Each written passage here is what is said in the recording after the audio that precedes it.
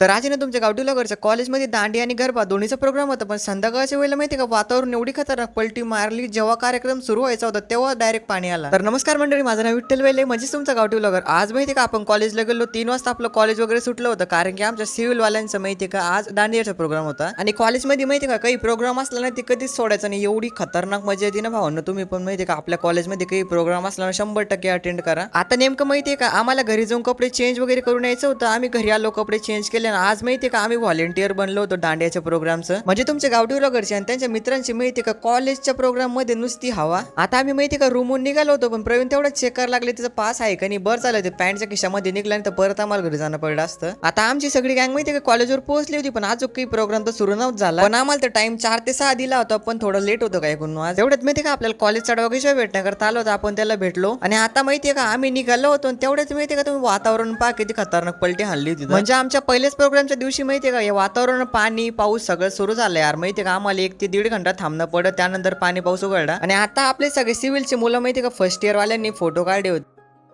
आता आमच्या सगळ्यांचे माहिती का फोटो वगैरे सगळं काढणे झाले होते. इकडे माहिती का आमचा प्रोग्राम पण सुरू झाला होता. आता मी तुम्हाला सगळ्यांना डान्सची काही क्लिपा दाखवतो.